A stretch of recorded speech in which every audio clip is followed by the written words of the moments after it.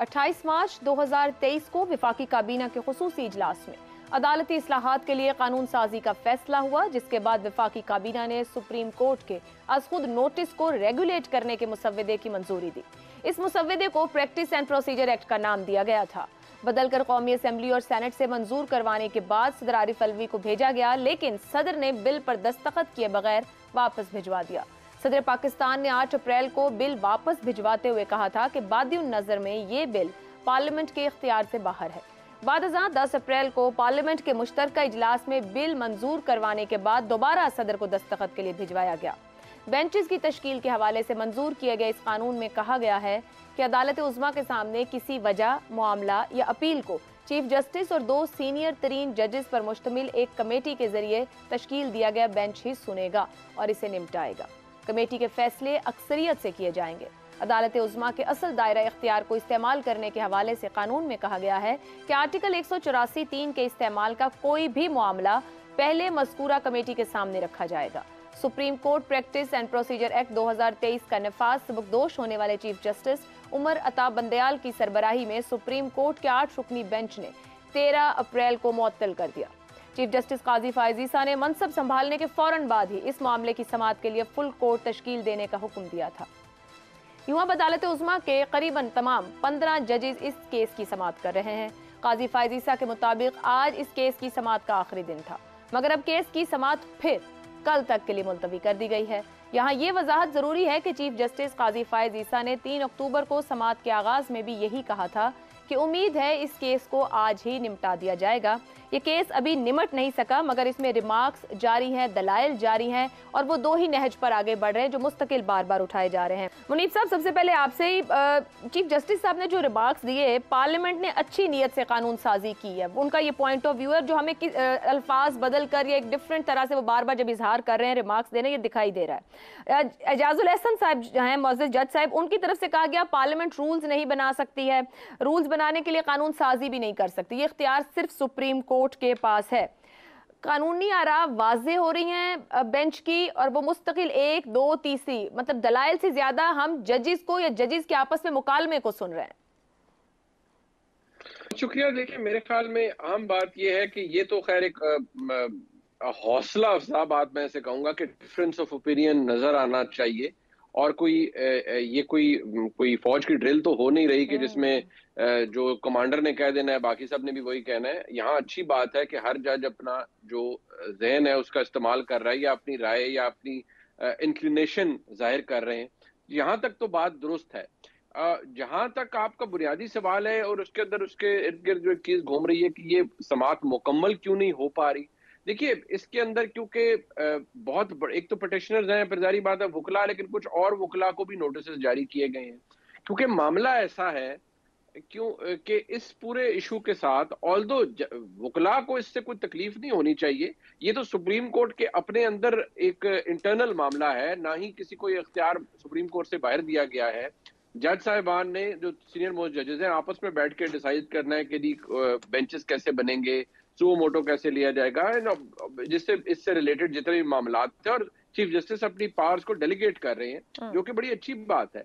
लेकिन क्योंकि यहाँ मुतअद्दिद पिटिशनर्स ऐसे हैं जिनके जो अगर मैं कहूँ कि उनका एक अल्टीरियर मोटिव ये है कि किसी ना किसी तरह इस चीज को रोका जाए कि 184(3) के तहत जो फैसले हो चुके हैं वो कहीं दोबारा ना खुल जाएं, कहीं उनके ऊपर कोई बड़ा रिव्यू ना आ जाए, कहीं कोई ऐसी अपील ना आ जाए जो सिलसिले को दोबारा से वहीं से शुरू कर दे।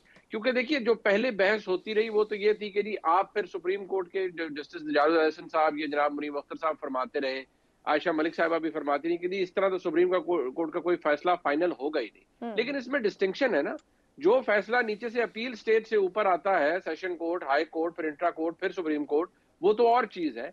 लेकिन एक फैसला जो कि ओरिजिनेट ही सुप्रीम कोर्ट से हो जाता है as court of first instance, वो तो मैं समझता हूं कि एक बड़ी ज्यादती है कि आप बुनियादी इंसानी हकूक को इस्तेमाल करें और उस गाब के अंदर आप ऐसे ऐसे फैसले कर दें जिनसे मुल्कों की तकदीर बदल जाए, हुकूमतें पलट जाएं, सियासत उलट पुलट हो जाए। इसको मेरे ख्याल में डिस्करेज करना चाहिए। मेरा ओपिनियन इसमें बड़ा क्लियर है। मैं तो जो चीफ जस्टिस साहब या काजी फायज साहब कहते हैं, मुझे तो उनकी बात में लॉजिक नजर आता है। हाँ, लेकिन मैं ये नहीं कह सकता कि इसमें जो देर लग रही है वो कोई बदनीति की वजह से लग रही है। आर्ग्यूमेंट्स आने चाहिए, क्योंकि इसमें वाजे पता लग रहा है कि ये डिसेंटिंग ओपिनियन इसके अंदर ठीक ठाक इस फैसले में आएगा। चीफ जस्टिस की राय जो भी हो, लेकिन इस फैसले में डिसेंटिंग ओपिनियन ठीक ठाक आएगा। मगर वो क्या जो फिर राय है वो इतनी ज्यादा खुल के, क्योंकि अब तो लाइव और बराह रास्त सब कुछ खुलकर सामने आ रहा है, जो ओपिनियन है वो फैसलों के जरिए नहीं ज्यादा खुलकर सामने आनी चाहिए, ना कि सवाल और जवाब आपस में जज ब्रदर्स के दिखाई दे रहे हो। जितना कि वुकला को सुना जाना चाहिए उतना वुकला अपनी बात ना मुकम्मल कर पाते हो, उनको इंटरप्शन ज्यादा फेस करनी पड़ रही हो। देखिए, एक जज साहिबान की तरफ से खास तौर पर बहुत एहतराम से चीफ जस्टिस साहब की जानिब से सामने आ रही है कि वो वुकला के ऊपर एक बम्बार्डमेंट कर देते हैं सवालात की, और ठीक ठाक उन्हें टफ टाइम देते हैं। सुनते, मैं जरूर कहूंगा सुनते हैं, लेकिन कुछ अनप्लेजेंट, जैसे आज वो इम्तियाज सिद्दीकी साहब के साथ हुआ।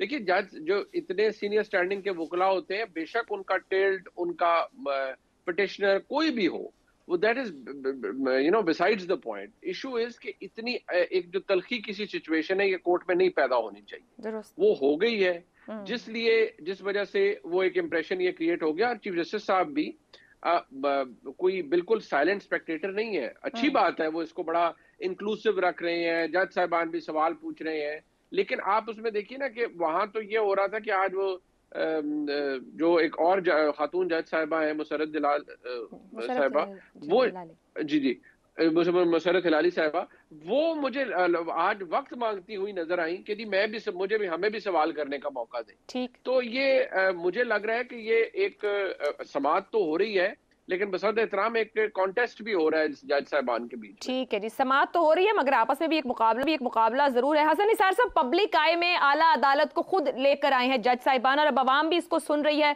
पिछली समाअत पे भी यही हुआ और आज भी यही कि हमें आज ही खत्म करना है और आज ही फैसले पे पहुंचना है, इतना वक्त नहीं, आज भी यही रहा, मगर अब समाअत कल तक के लिए चली गई है। क्यों नहीं मुकम्मल कर पा रहे, और अगर इतनी तसल्ली से सुनने वाला अहम मामला है तो बार बार उसको खत्म करने पर जोर क्यों हमें सुनाई देता है? 75 साल में आपका और क्या मुकम्मल हुआ है जो ये होना था। दूसरी बात ये है कि आप मेरे साथ कोई दुश्मन हो। मुनीफ फारूक के बाद मेरा कुछ कहना ऐसा ही है जैसे मैं मेहदी हसन के बाद गाना शुरू कर दूं। वो भाई, ना मेरा शोबा है, ना मेरा फील्ड है, ना मुझे इससे दिलचस्पी है, सो आई एम सॉरी। चले, आप तो आई डोंट क्वालिफाई। शहजाद साहब, आपकी तरफ आऊंगी। प्रैक्टिस एंड प्रोसीजर एक्ट एक अहम मामला बन गया है। खुद चीफ जस्टिस साहब कहते हैं कि मैं तो खुद अपने इख्तियार को देना चाह रहा हूं या बांटना चाह रहा हूं बतौर चीफ जस्टिस, मगर हम ऐसा मुकालमा देखते हैं कि कहीं ना कहीं बेंच पर अथॉरिटेटिव और जमहूरी माइंड्स आपस में मुकालमा कर रहे हैं कि इस इख्तियार का इस्तेमाल कैसे होना चाहिए, वो शेयर करके होना चाहिए या वो होली सोली चीफ जस्टिस का इख्तियार होना चाहिए। आज 184(3) पर फिर बात हुई और उसकी बात की गई पाकिस्तान की हकीकत 184(3) को साथ लिंक करके, इसका एक माजी भी है। क्या वाकई इसको कंसिडर करना बड़ा अहम है और पार्लियामेंट ने जो बना के भेजा, या फिर सुप्रीम कोर्ट को ही इसको देखने की जरूरत थी, पार्लियामेंट की तरफ से मामला यहां तक नहीं आने चाहिए थे?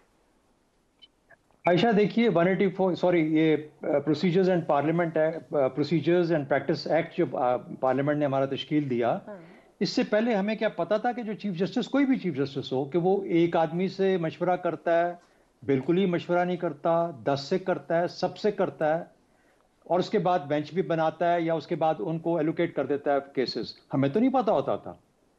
तो ये क्या मसला बना और क्या वजह बनी कि कहा कि नहीं, ये पता होना चाहिए कि सिर्फ टॉप 3 जजेस जो हैं वो ही फैसला किया करेंगे, क्योंकि एक चीफ जस्टिस किसी को पसंद नहीं था जो कि गालिबन बेंचेस बना रहा था या फैसले कर रहा था। हो सकता है वो रजिस्ट्रार से बात करता हो। मेरा कहने का मतलब ये इंटायरली एक इंटरनल हो सकता है। एक ऐसा चीफ जस्टिस हो जो मुकम्मल अपने तौर पर फैसले करता है। एक चीफ जस्टिस जो है वो सबको बुला लेता है कि भाई ये 184(3) का आया है, इसके ऊपर क्या कर रहे हैं, लेकिन हमें बाहर बैठे पता नहीं चलता इस बात का। तो पार्लियामेंट ये कह रही है कि नहीं, इसको इतना ब्लैक एंड व्हाइट में कर दो कि आइंदा ऐसा ही होगा। उससे एक और सवाल जन्म लेता है, 184(3) क्या जायज है, नाजायज है? सबसे पहले ये सवाल करना चाहिए। और बाकी क्योंकि इंटरनल जो फंक्शनिंग है सुप्रीम कोर्ट की, उसके ऊपर मेरा ख्याल है हमें से किसी को सवाल नहीं होना चाहिए, सवाल नहीं उठाया जाना चाहिए।